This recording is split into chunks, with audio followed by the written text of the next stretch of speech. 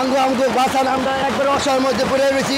আঙ্গো একটা ইস্তাবের চাইছে আমি সরকারের কাছে কিছুদিন আগে আমাদের এখানে ভাঙছে, আমরা আবেদন জানাইছি উপদেষ্টা রায়গুলো, তারপর আমাদের জায়গাগুলি ভাঙতেছে। আমরা কই যাবো? আমাদের স্থানীয় যদি জায়গা থেকে যাই আমরা কোনো চাইতে পারবো না। আমরা একবারে অসহায় মধ্যে আঙ্গো চাহেন সবাই দোয়া করে, আপনারা যারা আছেন আঙ্গু চাহেন আমাকে ইস্তাবের ভাগ করে দেন। এখানে সকলকে আবেদন জানাইতেছি। 2টা থেকে শুরু হয়েছে নদী ভাঙা, 2টা থেকে আমি মাইকিং করে লোকজন সরাই রাখতেছি। জায়গাটা সম্পূর্ণ ঝুঁকিপূর্ণ, এজন্য লোকজন সবাইকে সরাই রাখতেছি। আর আমাদের পুলিশ ভাইরা তারা আসছে উদ্ধার করতে, তাদের কাজ তারা চালাচ্ছে। 2 দিন আগে 2জন উপদেষ্টা আসছিল এই নদী ভাঙার খবর শুনে, কিন্তু যে আমাদের আশ্বাস দিয়ে গেছে 2 কিলোমিটার স্থায়ী বেড়িবাঁধ হবে, কিন্তু সেই বেড়িবাঁধ হয়নি। না হওয়ার কারণে বা কোনো পদক্ষেপ না নেওয়ার কারণে অনেকগুলো পরিবার এখন বিলীন হয়ে যাচ্ছে। আমাদের এখন এই জায়গায় ঘরবাড়ি নিয়ে মানুষ অন্য জায়গায় যে নিয়ে যাবে সেই মুহূর্তে নাই, দ্রুত ভেঙে যাচ্ছে এবং ঘরবাড়ি সরানোর মতন অবস্থা নাই। এখন আমাদের কি আশ্বাস দিলাম, আমরা কি পেলাম? গাং ভাঙতেছে অনেক, আমরা বিপদে আছি।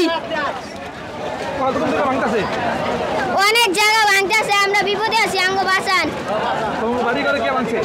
বাড়ি গাড়া ভাঙে না, দোকান ভাঙতেছে। তোমার নিজস্ব দোকান না, কাকার দোকান।